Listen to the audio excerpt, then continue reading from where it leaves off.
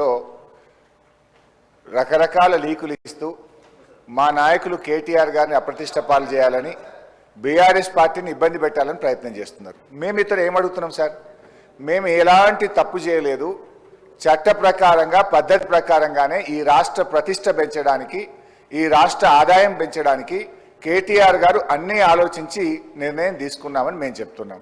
సభలో ఒక మంచి చర్చ చేద్దాం. నేనేమంటున్నా అంటే ఒకవేళ మేము తప్పు చేసినామంటున్నారు కదా, ఏం తప్పు చేసినామో ఈ సభలో చర్చ చేయడం ద్వారా ఈ రాష్ట్ర ప్రజలకు చెప్పండి. మేము తప్పు చేయలేదు, మేము ఈ రాష్ట్రం కోసం చేసినామని మా నాయకుడు కేటీఆర్ గారు కానీ బీఆర్ఎస్ పార్టీ తరఫున మేము కూడా విషయాలు ప్రజల ముందు పెడదామని అంటున్నాం. మేము ప్రభుత్వాన్ని కోరేది మాకు స్పష్టమైన హామీ ఇస్తే మేము సహకరిస్తాం. ఇవాళ ఈ బిల్ తర్వాత చర్చ పెట్టారా, ఈ బిల్లు ముందు చర్చ పెట్టారా? ప్రభుత్వం తరఫున రెవెన్యూ మినిస్టర్ గారు ఉన్నారు, వారు లేచి సార్ ఒక్క మంత్రి కూడా సభలో లేడు సార్. మీరు చూడండి, శాసనసభ అంటే ఎంత గౌరవం ఉందో ఒక్క మంత్రి కూడా సభలో లేడు sir. I don't want to going to that. మేము అనేది ఒక్కటే, ఈ కార్ రేసింగ్ విషయంలో ఈ అసెంబ్లీ నడిచేటప్పుడు ఒక ఎమ్మెల్యే గారి మీద అక్రమ కేసు పెట్టిండ్రు. దయచేసి మీ ద్వారా కోరేది, ప్రభుత్వం చిత్తశుద్ధి ఉంటే మీరు పెట్టింది అక్రమ కేసు కాకపోతే వెంటనే ఈ సభలో ఈ కార్ రేసింగ్ అంశం మీద చర్చ జరపాలని మీ ద్వారా ప్రభుత్వాన్ని కోరుతా ఉన్నాం. సభ్యుడికి ఎందుకంటే సార్ ఒక కేసు పెట్టేటప్పుడు అసెంబ్లీ నడిచేటప్పుడు ఒక సభ్యుడి మీద అక్రమ కేసు పెట్టినప్పుడు ఆ సభ్యుడికి చెప్పుకునే అవకాశం ఇవ్వాలి కదా సార్. అది తప్ప ఒప్ప కేటీఆర్ గారికి మీరు అవకాశం ఇస్తే వారు మాట్లాడితే మీకు ప్రభుత్వానికి రాష్ట్ర ప్రజలకు కూడా ఒక క్లారిటీ వచ్చేటువంటి అవకాశం ఉంటుంది అధ్యక్ష. ఇది ముమ్మాటికి అక్రమ కేసు. కేవలం కేటీఆర్ గారు 420 మీ హామీలను ప్రశ్నిస్తుండే కనుక లగచెర్ల రైతులను ప్రశ్నించి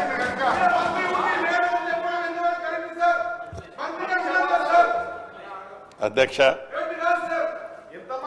గౌరవనీయులు మాజీ మంత్రివర్యులు హరీష్ రావు గారు, మంత్రిని ఒకరిని ఉన్నాను అధ్యక్ష, ఎవరూ లేరని అనటం మేము ఇంకా మంత్రిలాగా హరీష్ రావు గారు కనబడుతున్నట్టు లేదు.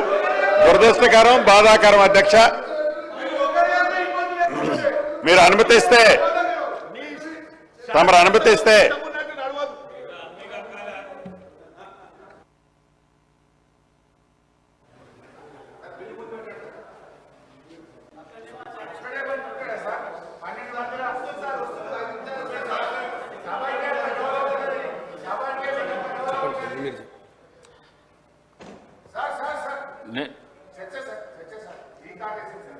ఎల్ఏ మినిస్టర్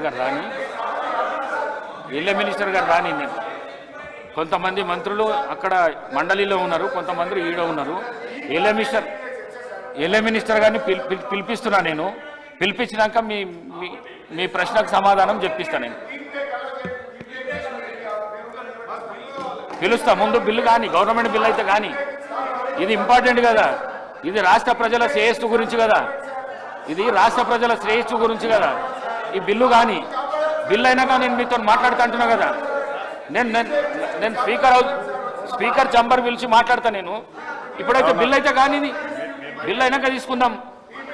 ఒక సభ్యుని గురించి రాష్ట్ర శ్రేయస్సును ఈ విధంగా మీరు సభా సమయాన్ని వృధా చేసుడు ఇది చాలా పొరపాటు.